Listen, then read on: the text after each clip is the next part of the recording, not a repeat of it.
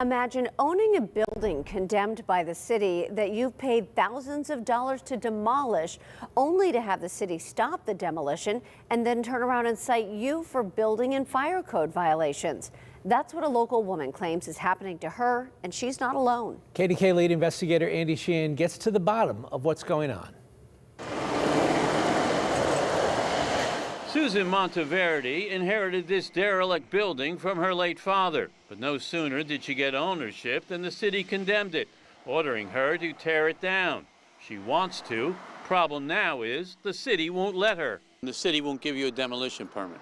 No, they won't. Back in October, Monteverde applied to the city for a demolition permit and paid a demolition company $13,000, half the cost to take the building down. But the city won't give her the go-ahead. And adding insult to injury, the same city keeps issuing her citations for building and fire code violations that a demolition would remedy. The squatters keep breaking in, starting fires, and I keep getting violations. Things can fall off here. Look, you can see it's like caving in. It's been condemned. Yeah. Monteverde is not alone. She's one of a half-dozen building owners on 5th Avenue in Uptown in the same predicament. Orbital Engineering owns this condemned building with a crack running up the facade. Despite fears it will fall on their employees' cars, Orbital has been trying unsuccessfully for more than a year to get a demolition permit. Turns out the city has been honoring the wishes of community groups. They've been trying to get it demolished for a year. Yes. And you've stood in the way. Yes, I have formally opposed that because I believe that this can be salvaged. The 5th Avenue corridor has a special zoning designation requiring community review of all new development. And the community development group Uptown Partners has opposed several demolitions. Director Brittany McDonald saying they're sick of buildings being taken down for surface parking for PPG Paint's arena.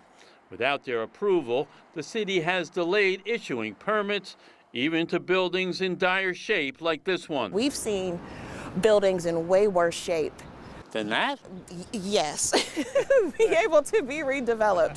I don't know about that. At the end of the day, what we don't want is another parking lot or an extension of a parking lot. But condemnation means the buildings are a nuisance and a public danger. By not issuing permits, owners say the city is putting the public at risk. And seeking her permits, Monteverde says she's trying to foster the redevelopment Uptown Partners is looking for. I have a developer looking at it. They want to buy the whole block and put a development in here. So I want to knock it down because they're going to have to knock it down anyway. But for now, building owners are stuck and continuing to rack up citations.